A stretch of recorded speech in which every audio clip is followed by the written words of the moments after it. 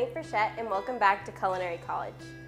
Today, it is Halloween, like spooky season, so I'm gonna make some fall stuff.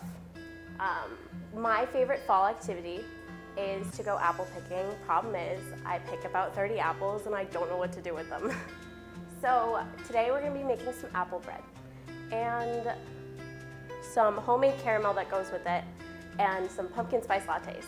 So we're gonna be using eggs, flour, cinnamon, nutmeg, baking soda, sparkling sugar, vanilla, baking powder, sugar, lemon, salt, vegetable oil, and apples. Before we get started, we're gonna preheat our oven to 350 degrees. So we're gonna start by peeling our apples and shredding them.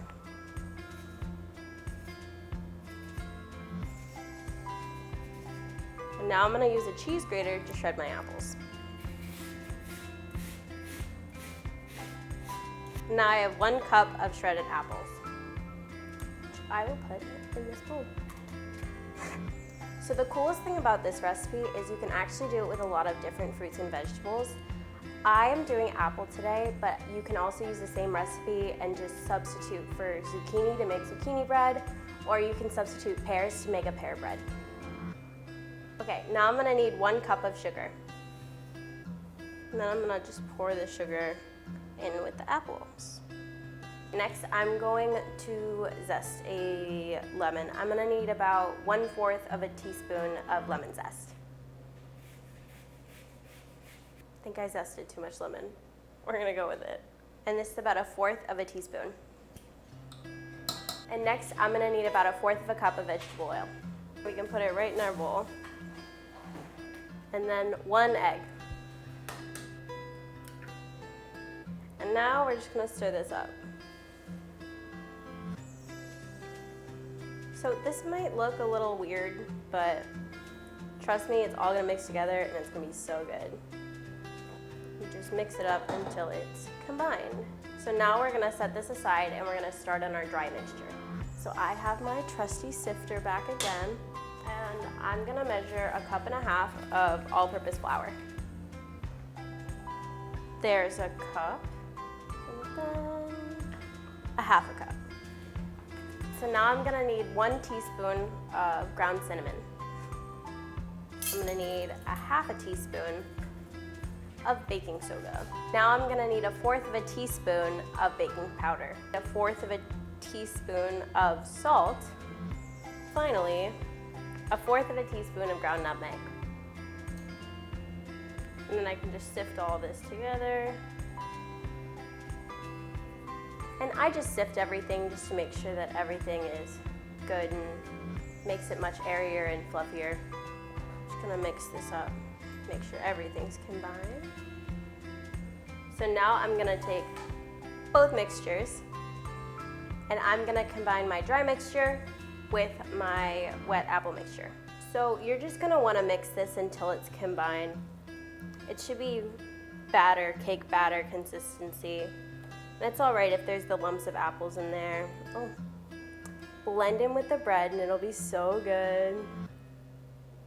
You wanna make sure you don't overmix it or else it'll make your bread dense. So the less you mix it, the better. Just make sure it's all combined. So now I'm gonna spray down my 9x3 loaf pan, and then I can pour everything into there and then bake it in the oven.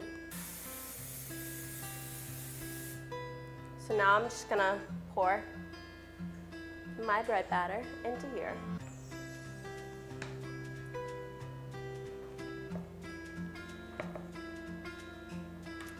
There we go.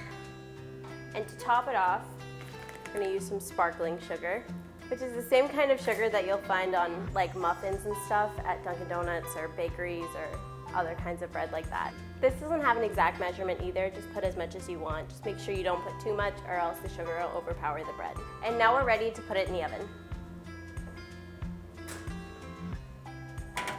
And that'll be in there for 55 minutes to an hour. So now that we have our apple bread in the oven, we're gonna make a homemade caramel to go with our apple bread. We're gonna start with 3/4 of a cup of white sugar, and we're gonna put it right into our saucepan. Next, we're gonna need 1/4 of a cup of brown sugar. And you wanna make sure that you really pack the brown sugar into your cup measure. So now we're gonna take this and we're gonna put it right on the burner, and we're gonna cook this until it is melted and golden brown. We're just gonna wanna stir this up until all the sugar's all combined. I know it might seem a little weird to just put sugar, raw sugar, into a pan and it just looks like you're stirring hot sand, but eventually it'll melt down into like a syrup, and that is when you wanna put your butter in. And once you do that, you will have a caramel sauce. Ooh, stuff's starting to melt in there. At first, you're kind of just gonna have these hard clumps of sugar, but eventually it'll all melt down. I just wanna keep this caramel moving so it doesn't burn. If it gets too hot, it'll separate and it'll turn into more of a hard candy instead of that caramel sauce that we want. And now I'm just gonna cut 6 tablespoons of butter. Butter's so awesome because it like labels tablespoons on the side for you. Don't even have to think about it. This looks done, so I'm gonna take this off the heat. And then I'm gonna drop the 6 tablespoons of butter into it.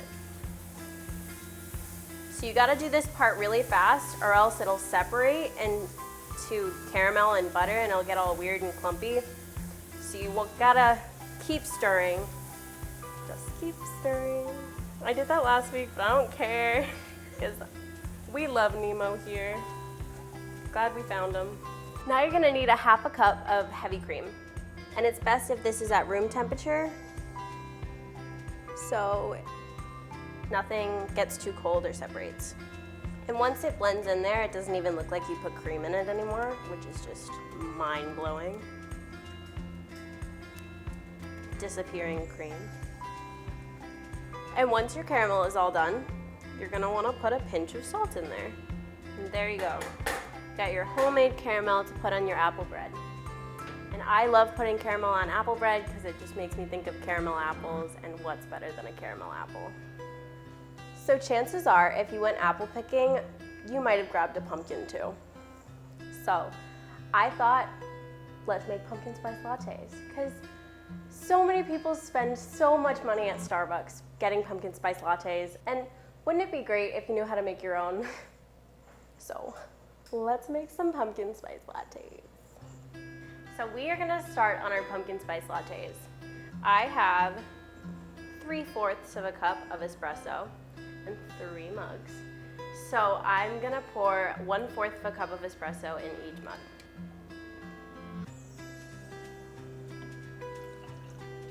And now we're gonna get started on our frothed milk that goes on top. We're gonna need 1 cup of whole milk.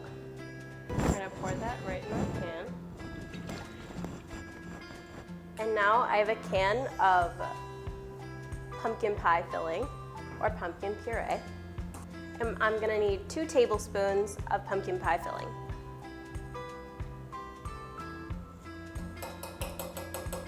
One. A 2, there we go. And now I'm gonna need 1 tablespoon of maple syrup. Half a teaspoon of pumpkin pie spice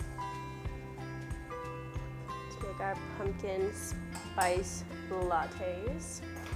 I'm gonna need 1/2 teaspoon of vanilla extract. So now I'm gonna put this on the stove on about medium heat, and I'm just gonna whisk it up. You're gonna wanna cook this until it's just warmed, and then you're gonna wanna froth it. So this looks warmed, so we're gonna take this off the heat, and we're gonna now froth it manually. If you have an immersion blender or some sort of milk frother, it'll be a lot easier, but I'm gonna do it manually. And you wanna whisk it back and forth for about 2 minutes, and not in circles, because it will not froth right. All right, this looks about done. We're gonna take our espresso and we're gonna pour our frothed milk in there. Split it up pretty evenly. All right, should we decorate it? I think we should decorate it.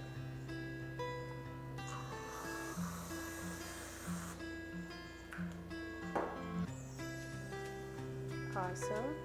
Put a little bit of pumpkin pie spice on there. Great. Should we put homemade caramel on it too? Just go bananas. I think we should. A little bit of a caramel drizzle on top. Perfect. We have a pumpkin spice latte. So my timer just went off, so I'm gonna go check on my apple bread.